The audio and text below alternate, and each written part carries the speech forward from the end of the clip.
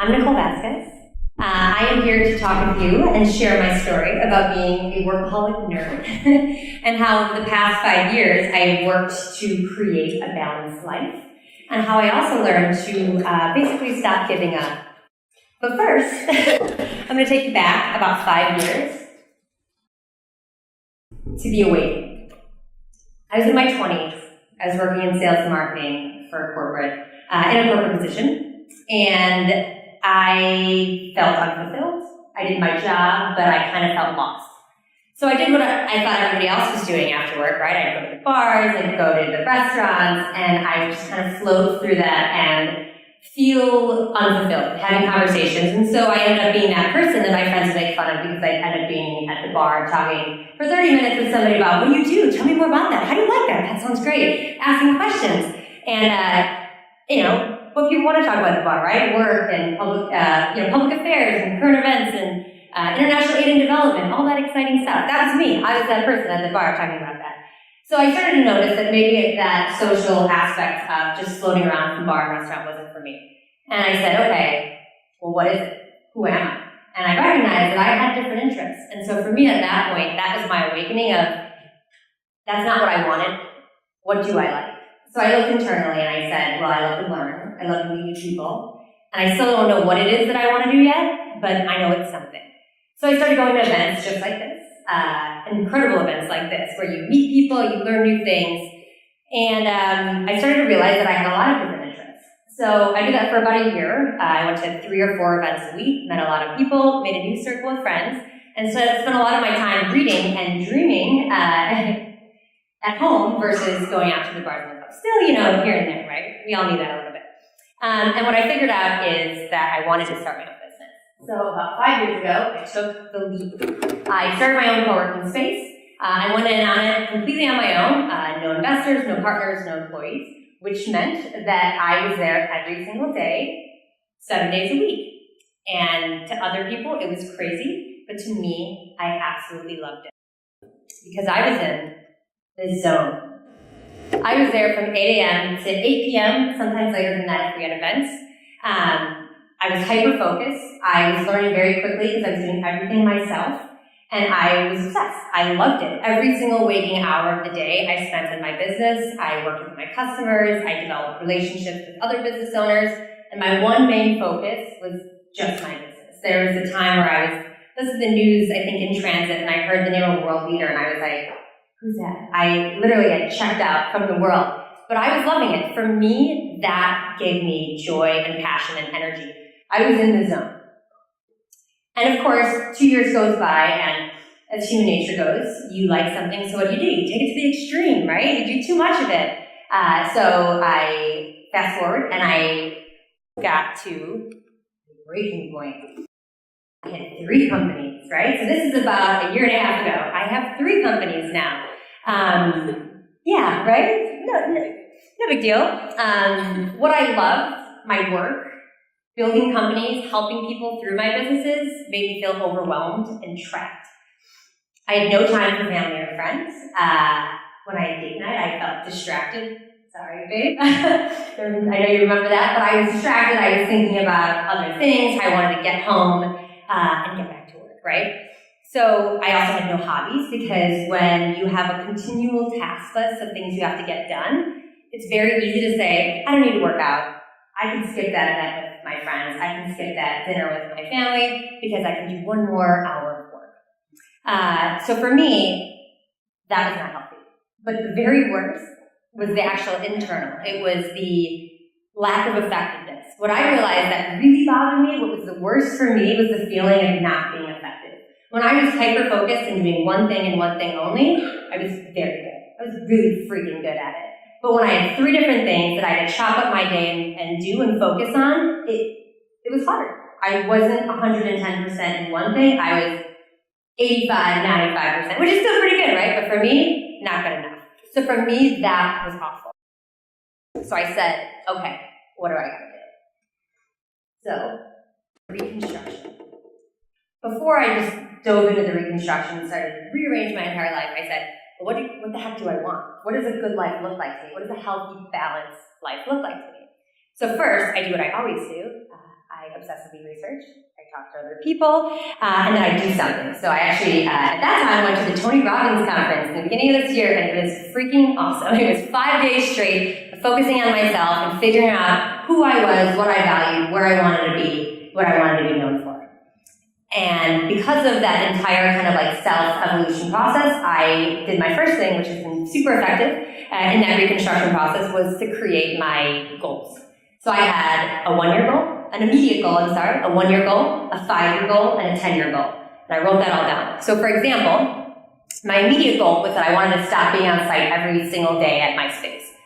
And the beauty about having these goals is that when you know exactly where you want to go, it's very easy to figure out how to get there. It's like those old books, I don't know if you remember, it was like Choose Your Destiny. You had 2 options and it said, okay, if you choose this one, go to this page. When you go to that page, one outcome happened. You go to this page, a different outcome happened. So what I say is you create your goals with the outcome, and then you think of it like a diagram. What step will get me to get there? So for example, my immediate goal was I wanted to stop being on site every single day. So the only options to do that was to, 1, hire a manager, or 2, close it or sell it off, right? Closing and selling it off after 2 years was not an option. So the only option left was to hire a manager. At that time, I didn't have the budget for a full-time manager, so I had to do some sort of arrangement. I did a discounted rate, found a manager, bam, immediate goal, done. My next goal was I wanted to be completely remote after 1 year because I recognize that for me, my flexibility, my ability to travel, the ability to help people in all of my businesses and be on site with them was more important than being at one space only. And so my next goal is for 1 year, I want to be completely, within a year, completely remote. Well, that's a little tough when you own a physical business. So in my mind, what was the only thing I could do was to get a team of managers for the closing or selling. I explored doing a team of managers, didn't really work out so well. So I spent the next few months figuring out how I was going to sell the space. 6 months ago, I sold my first location to a long-time member. Bam, goal hit. So those goals, once I set them out, all I was doing was focusing on how I could achieve that because those goals are what I needed to fix my life and gain control of my life. The next part of reconstruction was time management. So the goals are your long-term strategy. My time management was my day-to-day. How can I be the most efficient version of myself? So I asked it could be different for everybody, but personally, I'm a morning person. Sun comes up, I'm up. I make coffee, make breakfast, and I'm into work. I'm 3-4 hours of productive, focused work. I love it. So for me, I have to capitalize on that morning. So I actually, even though I own a co-working space, I work from home. Dirty little secret, I work from home in the early morning because that's how I can be my most efficient self. I don't take any phone calls or any meetings until after 11, maybe 12 o'clock because that's the only time in the morning that I can be that focused. And so I don't do anything until the afternoon. So that's my how do I be the most efficient version of myself. Time blocking is another thing, is a technique of how I do that. And so what I do is every day I schedule my time where I wake up, the first hour is dedicated to second shift. The next 4 hours is for Deskpass. 30 minutes over lunch, I'm texting friends or family, I'm checking in, I'm doing something personal. Next 4 hours, Deskpass. Next 30 minutes, second shift. Done. My day is over. I input a deadline for my workday. And at the end of every day, no later than 6 o'clock, I'm done, I'm signing off. It doesn't mean that I can't open my computer later on in the evening if I wanted to, but at 6 o'clock, I'm done. It's time to be a real person. Last but not least, in that reconstruction phase, I chose a personal goal. Because my work is my hobby, I truly enjoy it. I don't really have a lot of time for other hobbies, but I want to do something that makes me who I am and something that I enjoy that's not work related. So for me, it's practicing ballet. My personal goal is to do that 2 to 3 days a week. That's my goal. So that was the reconstruction phase, right? It's a lot. It took me about 6 months, so it doesn't happen overnight. But it can happen. I don't know. If you want to talk it through, happy to talk it through. So after the reconstruction, I'm living this life, right? And then I put it into place. What happens? I have an enlightenment. I realize that life is pretty darn good. That I am in control of my time and my life. Now remember, I say this because I'm an entrepreneur, I'm in control of my own day. If you have a boss, I understand. What I mean by in control of your own life is you choose how you spend your time. You choose who you spend it with, what your social activities are. So during this enlightenment, I realized what it takes to be my best version of myself. I need to get good rest. I like to eat healthy during the week. I like to work out during the week so that I can maybe not do that on the weekends. For me, it's all about balance. That works well for me. I have a girlfriend, she's European. She lives her life on vodka and cappuccino. She's incredible. She's one of the best attorneys ever. I don't know how she does it. She does it. Apparently that works for her, and she swears she's just fine. So that works for her. Not advising it, I'm just saying it works for her. The other thing, part of my enlightenment, was that 8 hours of pure, unadulterated, productive work is totally enough time. So much time. So the next time you go to work, say tomorrow, analyze your day. How many times are you checking your phone? How many times are you texting someone? How many times are you getting distracted? If you took all of that away, how many times are you in a meeting that's, sucks? In transit to a meeting that's gonna suck. Take all that out. If you were truly doing 8 hours of pure work, that is plenty of time. So instead of working 10, 12, 13 hours a day, try to do 8 hours of super productive work. And that means, which is taking out Facebook and all of those other distractors. Last but not least, personal things matter. I listen to a lot of podcasts, read a lot of books about people who hit it big, right? They sold their tech company, they're less than 40, they make a shit ton of money, and what do they all have? They all have the realization, sometimes it takes them 6 months, sometimes 6 years, sometimes 16 years later, but they all say the same thing. It's not really about money, it's not really about work. It's all about people, it's about love, spending time with your kids. Like, I'm not saying that in a joking way, it's true. It's people, it's love, it's happiness. Life on this earth is short, make the most of it. So that was my enlightenment, right? All of those things. Oh, last but not least, little tidbit.